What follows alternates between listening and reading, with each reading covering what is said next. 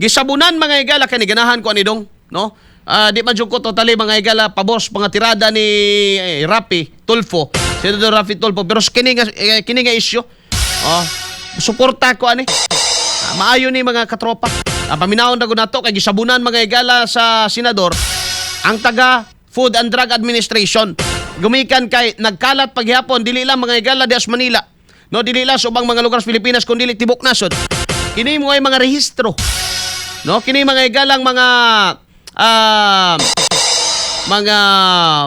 produkto, no, nga mga mga peke, mga counterfeit, no, mga kopya, mga katropa o uban mga higala gikas gawa sa nasod nga way mga klaro rehistro diri sa ato mga higalang Food and Drug Administration. Kay ngadto sa mga gagmay mga higala mga kumpanya perti ba yung istriktuhan ninyo. Bisan ka ng drawing lang mga higala, bisan ka ng label sa mga herbal, grabe yung istriktuhan na. Sige na, paminaw na to ni Dong, kanindot ni.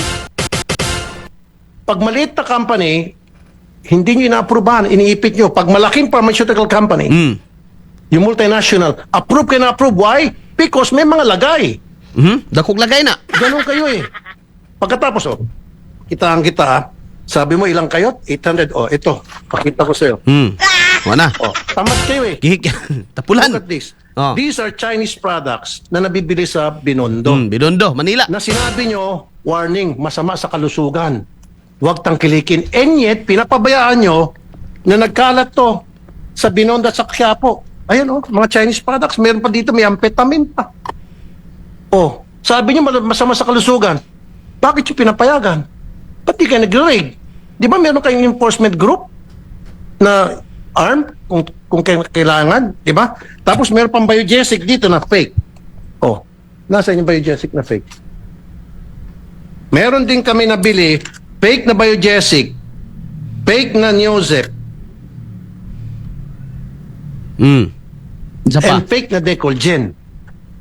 Ayan. Alam nyo, Director General, itong mga fake na medicines, hindi natin alam kung anong formulation ito. Maring masama sa kalusugan to. Kung hindi man siguro effective, okay lang sana. Hindi tumatalab. Pero paano kung may side effect? Pag maliit na company, hindi nyo inaaprubahan, iniipit nyo. Pag malaking pharmaceutical company, yung multinational, approve kayo na approve. Why? Because may mga lagay. Lagay. Dakong lagay. Ganun kayo eh. Pagkatapos, kita. Sabi mo ilang kayot? 800. Ito, pakita ko sa'yo. Okay na daw. Tamad kayo eh. XFM Katropa. Alright, gisabunan mga higala, no, ni Senador Rafi Tulfo, kining Director General, no, sa Food and Drug Administration. Tinood ba na kamatuoran masada mga higala? Tinood gid bitaw na nga pag mga multinational pharmaceutical company, no, di na lang ta mag-mention, basta mga multinational meaning present sila sa ubang mga nasod, dagkong company mga higala, ang atong gobyerno approve. Labi na mga higala kasi sisgutanan anang kuan. Pero daghan mga higala din taon nga mga lehitimo maglisod in taon may higala pa-aprobar. No? Kay kung ang LTO na i-fixture naman po i-fixture mga higala ning pagparehistro kag herbal dong. Dagko kay bayad fixture diha ba? Kay ogwa kay padangog diha. Dugay kay na maaprobahan ng imong haplas. Samot na ng haplas ako mga kaila mga higala nga mga herbalista. I mean ka na mga naay mga mga negosyo may higala haplas, no? Uban pa diha magakaigsuunan. Isa gyud sa ilang reklamo. Muna nga ang uban karon dili na nila na butangan mga higalag herbal oil kay dugay kuno kay mugawas. Nya samtang di nagagawas mga higala sa ilahang opisina, no? Sa FDA, consider gog ka mga higala illegal. Pananglitan, nag-apply ka mga higala di haplas.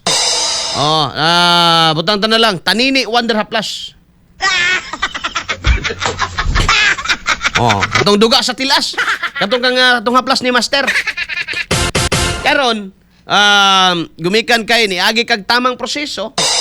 Pasa nimo mga higala sa Food and Drug Administration. Nagaba kutihon ka unsa may mga ingredients ni ini, blah blah blah, formulation, etc. Ano mga ingana kunuhay? Safe ba ni mga igala ang pH level ani? Safe ba ni mga igala spanit? No? Dili ba ni mga igala makasunog? Kay duga go still as ni. Sige. Oy, inyong label di man ni mao na may ano mali ni nga label ninyo. Usabo na pud na. Balik na pud ka, dugay na pud ka gawas. Kuan sa nato ni pila expire ani 2 ka tuig. Ibutang sa nato ni sa laboratory tanaw na tog ma-expire unya makadaot pa ba ni ka mag-expire. So nangapital ka nangapital ka mga katropa para makapahimo kag haplas or makahimo kag haplas, di ba ka pa maligya diretso? Ngano man magpaabot pa ka mga igala kano sa nila maaprobahan? Moingon ng FDA, naka-interview ba ko FDA sa una mga igala? Ingon ng FDA, di man na tinuod sir. Dali raman, sayon raman ang atong proseso and in fact, mugawas na ng inyo 48 hours kuno mugawas. Pero doon ako yung mga kaila, kana mga, di lang ako panganlan, no? Siyempre, kay mga kontra man mga competing na sa ato ang mga produkto sa diri, lang ako panganlan. No, mga katropa, doon ako yung kaila, ang ilag yung reklamo, mga igsoon, pero yung dugaya. Munang, ang uban karon mga igala, dili na wala na dili na liniment, di na nabutangan lang herbal oil, herbal liniment, dili na. No, himuon na lang massage oil na lang para sayon. Ano lang ilang kinabutang mga katropa sa ilang labeling. Kaya ang labeling, dako ng problema mga igala sa kung ano palusot kaya sa FDA. Diba? Dako kayo naman isuon nga isgutanan. Unya, i-raid ba na nila mga katropa kunuhay kung gagmay. Nya pagkahuman mga kaigsonan, di na wala kayo mabawi dia. So mayroon po kita silang katapat dong. So mayroon po kita silang katapat mga kaigsonan. No, sa ingani nga isgutanan. Tama man po na. Stricto sila, no, ngadto sa mga gagmay. Samantala ngadto sa mga dagkong company mga igala, labi na mga multinational company, no, mga labi na mga multinational company, approve sila nga approve. Stricto sila mga igala, labi na sa mga Pilipino. Pero gipasagda nila ang mga produkto sa ubang mga nasod mga igala nga manudlaw sa Pilipinas, mga smuggle nga mga produkto. Di man na sila kapanakop mga igala nagkalat ra na mga igala sa mga merkado. Wala na mga katropa. Pait man unaon pero numero 1 nimong kontra, numero 1 nimong kompetitor. Kung magnegosyo ka ng Pilipinas, ang imo ra mismong gobyerno mga igala. Bullseye. Kauban si katropang Arnel Cortez.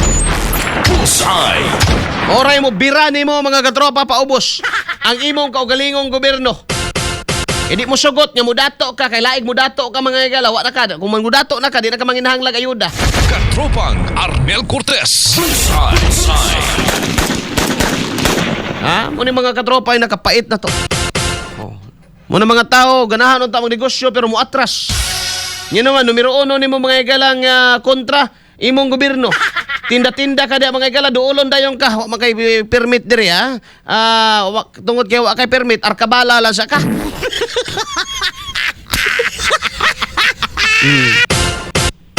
Wa makay permit kuala sa ka 100 ang adlaw 100 ang adlaw. Nagtinda ka di mga igala daily. Singlang kag daily pod. Butang ta na lang mga igala tanggalon na natong Domingo Sabado. 26 ka adlaw. 22. 22 ka adlaw. O di kung tag 100 ang adlaw mga katropa. Apil na tong gibungot ato, na kay 2,200 per month daw pag nagbayad kag buhis. Nya gamiton maginadayon mga igala ng inherent power of the state nga ang gobyerno may igala dunay katungod nga mo tax. Yes, tinuod man ang yun mga katropa di man ta mulalis niya na. Pero kung ano man lang ni kamada nga sa sige na tong bayad buhay, sige po silang pangawat na di na tamamayad. You know, na istorya ha? Momento, kining amo mga igala, kining sa Y2H. No? Dili gid taon lalim ang giagian ana sa mga produkto. Agi gid nagbangag sa dagom bago ka maaprubahan mga kaigsuonan. No? Agi gid taon na mga igala, agwanta ka, maghulat ka. Maaprubahan man kag di ka mohatag. Pero dugay lagi. No, di ka mo duga diya maigsoon, aprobahan man ka. Pero dugay mo nang kung nang-apply kag permit, no, na kay produktong giparehistro, unya wa ka ni duga diha, Ayaw sa yung pamaligya kay delikado kay imong mamiligro imong kinabuhi diya. Dakpo ng imong produkto mga igala, imoy quits ni noon imong kapital. Bullseye! Bullseye! Ay nako. Alas 8:56 na may igala dag na sa atong tulumanon ginibahin naton ganinyo may igala. Of course, no, FDA approved ni ang